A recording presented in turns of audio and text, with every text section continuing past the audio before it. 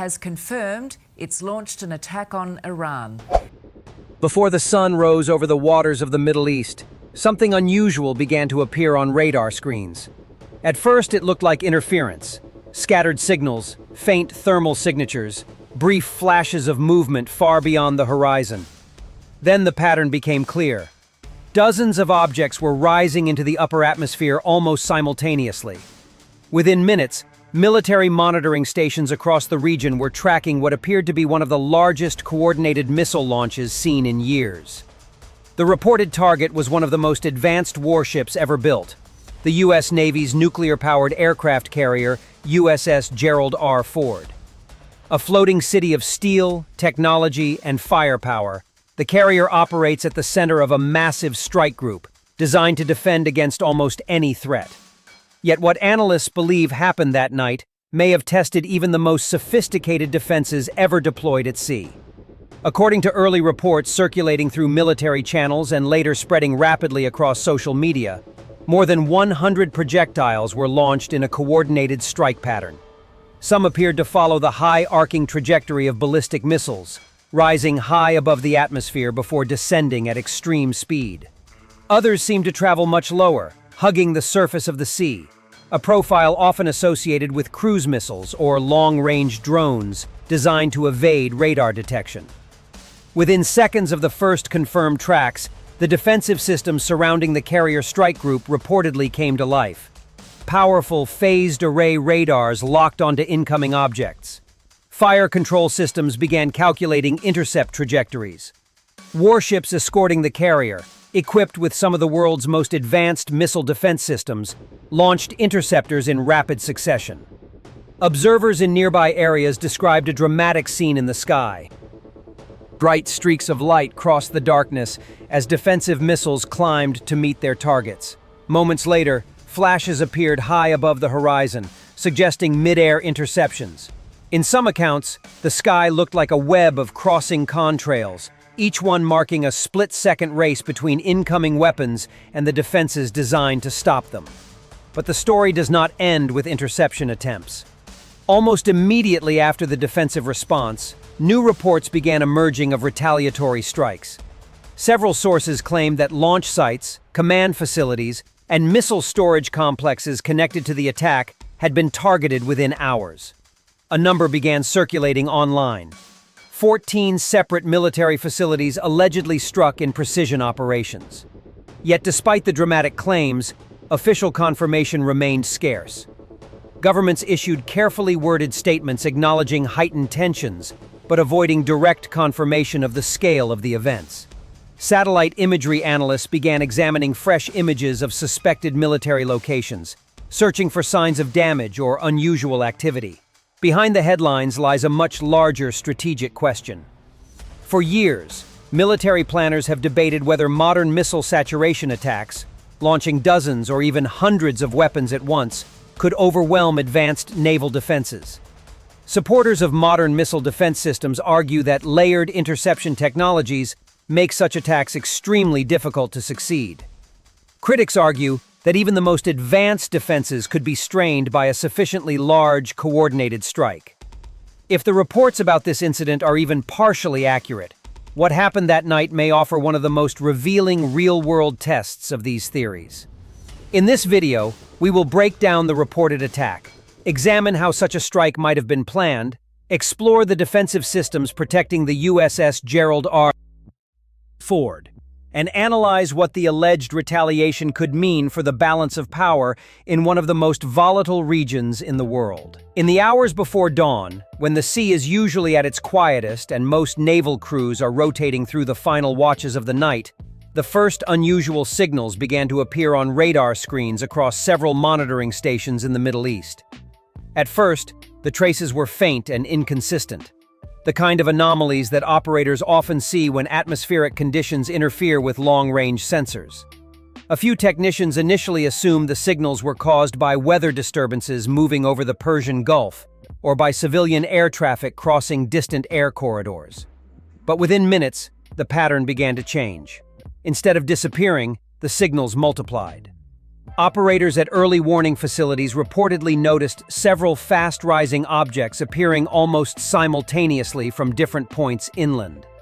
The objects climbed rapidly, following trajectories consistent with ballistic missile launches. Within seconds, automated systems began tagging the tracks and calculating their possible destinations. Some projections suggested that the objects could reach high altitudes before descending toward maritime targets hundreds of kilometers away. Around the same time, naval monitoring systems aboard ships in the region began detecting additional contacts much closer to the surface. These objects moved slower, but followed complex paths that seemed to skim just above the waterline. Analysts later suggested that these could have been cruise missiles or long-range unmanned aerial vehicles designed to fly under radar coverage for as long as possible before emerging near their target.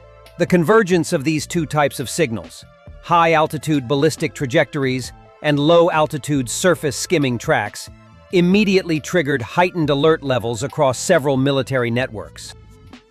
According to defense analysts familiar with naval procedures, this combination resembles what is known as a saturation strike profile, a tactic intended to force defensive systems to deal with multiple types of threats arriving at different speeds and altitudes.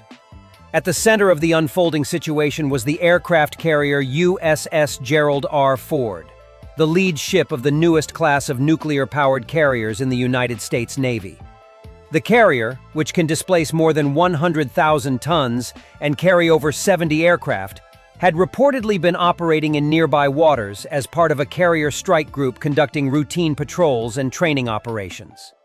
Although the exact position of the ship was not publicly disclosed, maritime tracking data from earlier in the week suggested that the strike group had been maneuvering in international waters within operational range of several regional flashpoints. Shortly after the first radar detections, command centers began exchanging data through secure communication networks linking naval vessels, regional air defense stations, and surveillance satellites. Infrared sensors aboard early warning satellites reportedly registered several heat signatures consistent with rocket launches from desert areas hundreds of kilometers away. Some independent analysts later claimed that the launch pattern suggested the use of multiple dispersed firing positions, possibly including underground missile facilities known to exist in the region. Within the strike group itself, watch officers reportedly moved quickly to confirm the incoming tracks. Escorting destroyers equipped with advanced radar arrays began focusing their sensors toward the suspected launch vectors. The atmosphere on the command decks changed almost instantly. Routine navigation reports were replaced by threat calculations, and defensive readiness levels were raised. Several minutes into the detection sequence, the number of tracked objects continued to grow.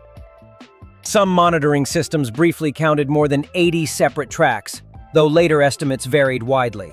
A few unverified sources even suggested that the total number of launched projectiles might have exceeded 100, though this figure has never been independently confirmed. Adding to the uncertainty were scattered reports from commercial ships and offshore platforms in the region. Crew members described distant flashes on the horizon, followed by faint streaks of light climbing into the upper atmosphere.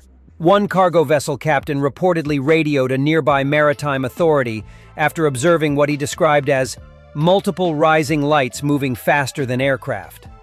Despite the dramatic reports, many details of the initial moments remain unclear.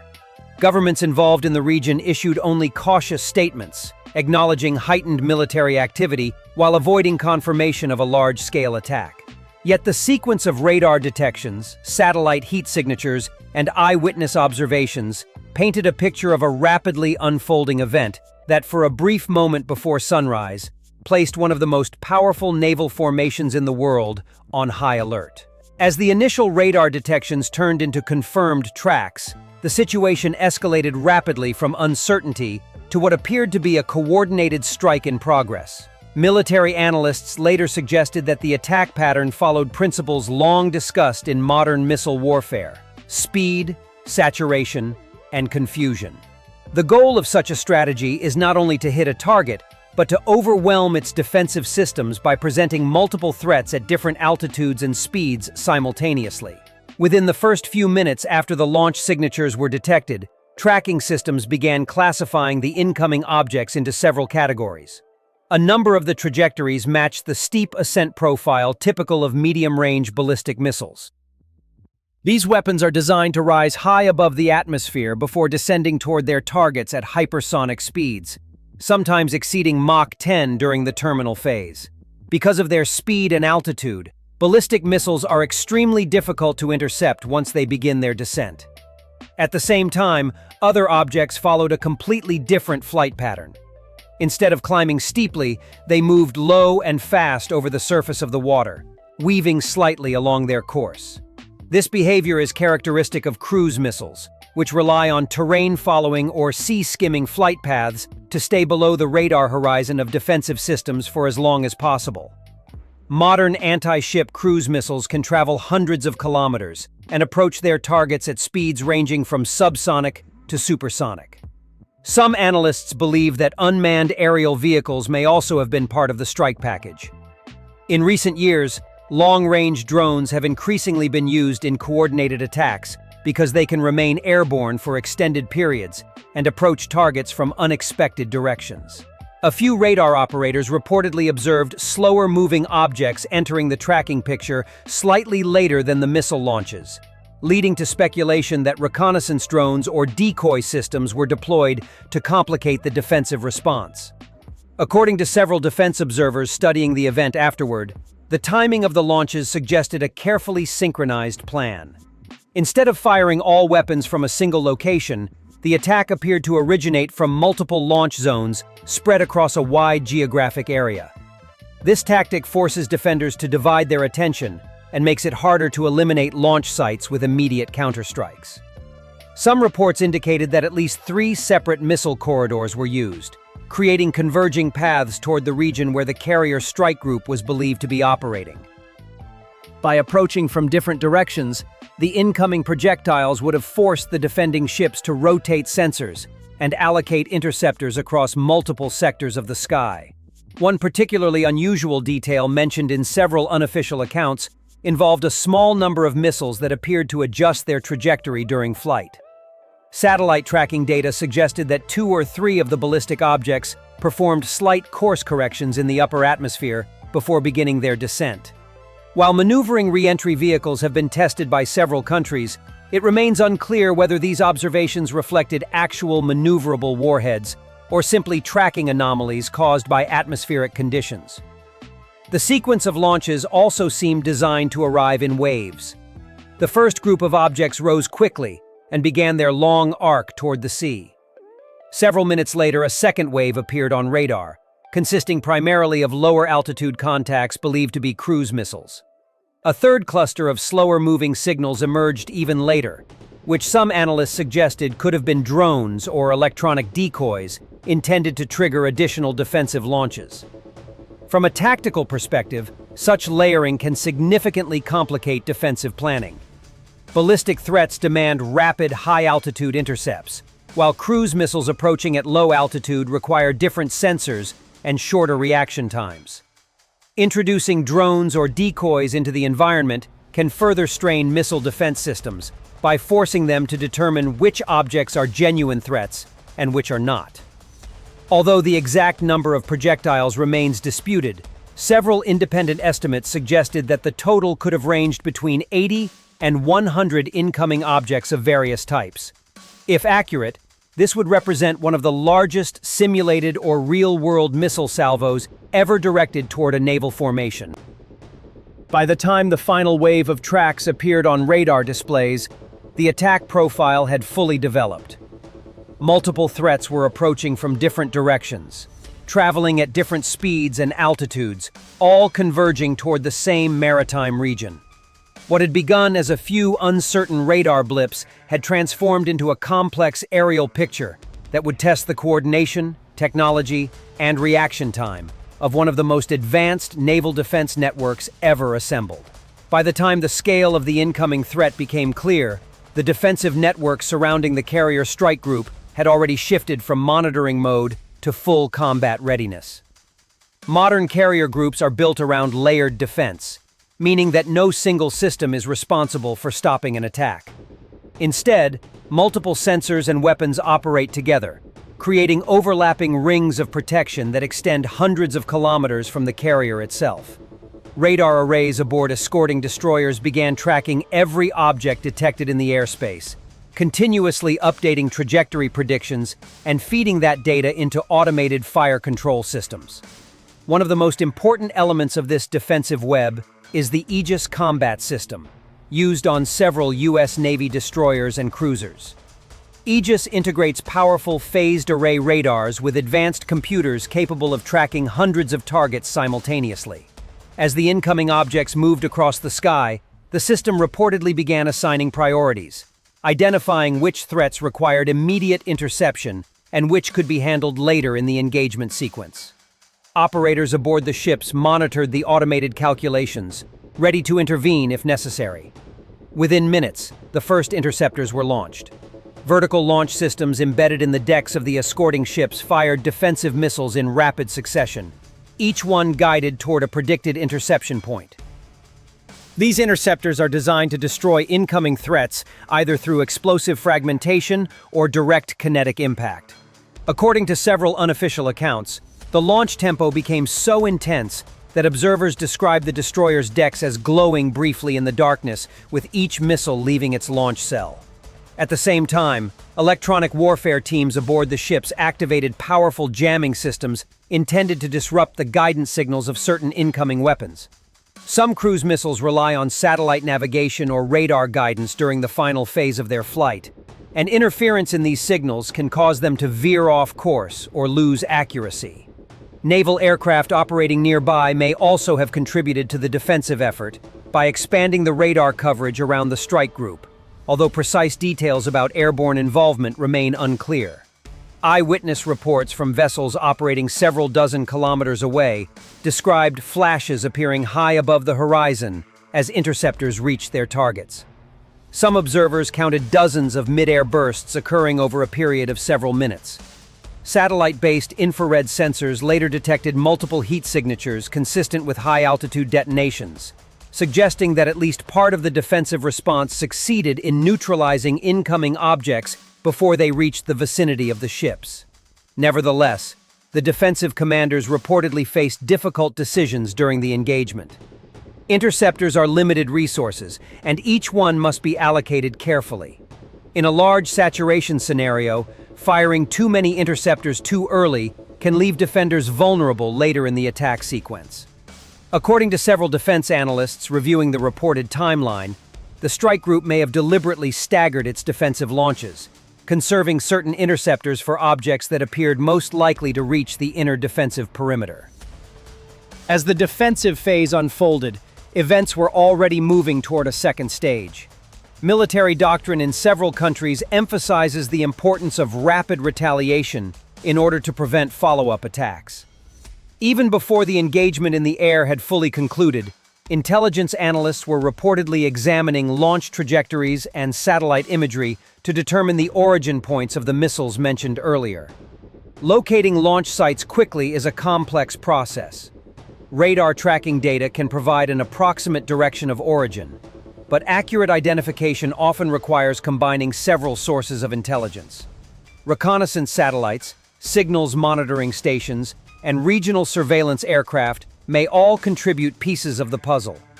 Within a relatively short period of time, analysts reportedly identified several suspected launch zones located deep inside remote desert areas. Some of these sites were believed to be associated with underground missile complexes that have been discussed in defense reports for years. Such facilities are often built into mountainous terrain or reinforced bunkers to protect launch equipment from airstrikes. Mobile launchers can also be deployed from these facilities, allowing missiles to be fired from temporary positions before the vehicles relocate. According to sources familiar with the reported response, a series of precision strikes was authorized against several suspected launch-related facilities.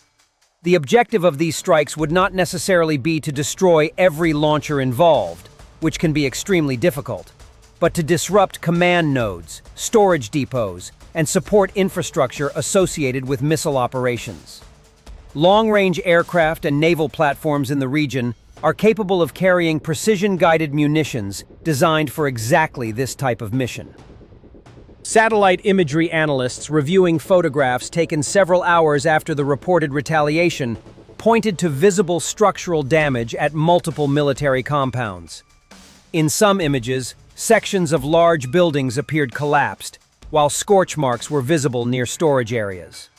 One analyst noted that several support structures near a communications facility showed signs of blast impact consistent with precision-guided weapons. Unofficial reports circulating online began referring to a number that quickly spread across media discussions. 14 facilities allegedly struck during the retaliation phase. However, as with many details surrounding the event, independent confirmation remained limited. Official statements from involved governments emphasized defensive measures and regional stability, but avoided confirming specific targets. Beyond the immediate exchange of missiles and counterstrikes lies a much broader strategic context that has been developing for years. Tensions between Iran and the United States have fluctuated for decades, shaped by political disagreements, regional influence struggles, and competing security interests across the Middle East. Military planners on both sides have invested heavily in capabilities designed to deter or counter the other. Iran, in particular, has developed one of the largest missile arsenals in the region. These systems are often described as part of an asymmetric strategy intended to compensate for limitations in conventional air power. Ballistic missiles, cruise missiles, and long-range drones allow strikes to be launched from land-based platforms without relying on a large fleet of modern aircraft. The United States, on the other hand, has focused on maintaining naval dominance and building advanced defensive systems capable of protecting its forces from missile threats. Carrier strike groups combine aircraft carriers, guided missile destroyers, submarines, and support vessels into a highly integrated formation designed to operate in contested environments. For years, military analysts have debated how these opposing capabilities might interact during a real confrontation. Some argue that modern missile defenses have advanced enough to handle even large attack waves, while others believe that sufficiently large salvos could still create dangerous gaps in defensive coverage. The events described earlier may represent one of the closest real-world examples of this theoretical clash between offensive saturation tactics and layered naval defense. Even if the exact details remain uncertain, the episode highlights how quickly regional tensions can escalate once advanced weapon systems become involved. Equally significant is the speed at which decisions must be made in such situations. Radar operators, naval commanders, intelligence analysts, and political leaders all operate under intense time pressure when responding to rapidly unfolding threats. Minutes, or even seconds, can influence whether defensive systems succeed or fail, and whether retaliation expands into a wider conflict.